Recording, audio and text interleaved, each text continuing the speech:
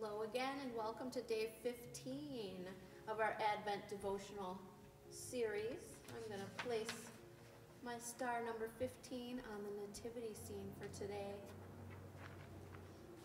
I hope you've been enjoying the devotions that I've been reading leading up to the birth of Jesus. Today's story is called From a Fishing Boat to a Fish's Belly. And it is the story of Jonah from the book of Jonah in the Bible. Jonah was another one of God's prophets, and on most days he loved his job. He would ask God what he wanted to say to his people, and then he'd march around giving them the good news. But one day, God told Jonah to go on a journey longer than he had ever been on before. God said, "Tell the people in Nineveh that I'd like to visit them. Tell them I want to make the wrong things right and the dark things light." Jonah was confused.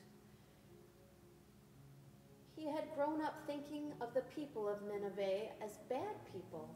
Certainly God wouldn't want to be with them.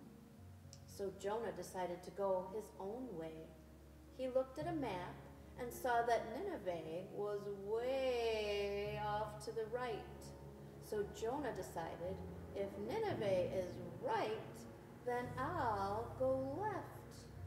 That way I don't have to tell all those bad people that God is coming. So Jonah went way left, and soon he came to a big ocean. He hopped on the first boat he could find and made sure he was going even lefter. As the little boat pushed away from the shore, Jonah fell asleep, very happy with himself. But God wasn't happy with Jonah, so God followed Jonah. You see, God was with Jonah.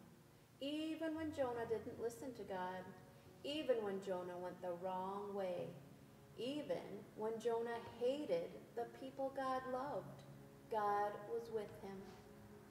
Because God was with Jonah, he couldn't let Jonah keep running away. So he sent a big storm to stop the boat. The waves were higher than mountains. The wind was so loud it hurt Jonah's ears, and little Jonah in his little boat woke up with one thought: God is still here. "I made a huge mistake," Jonah told the sailors. "This storm is my fault. The only way to stop is to throw me in."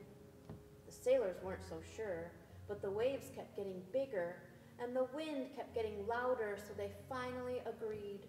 Jonah went overboard. To everyone's surprise, it worked.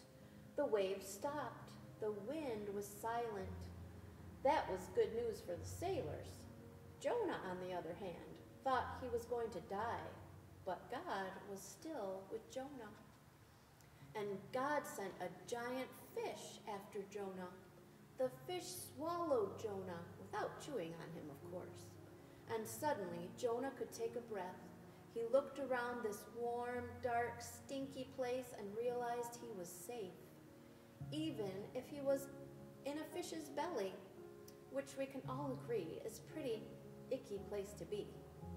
When the fish spat Jonah out 3 days later, Jonah splatted on land with a different attitude.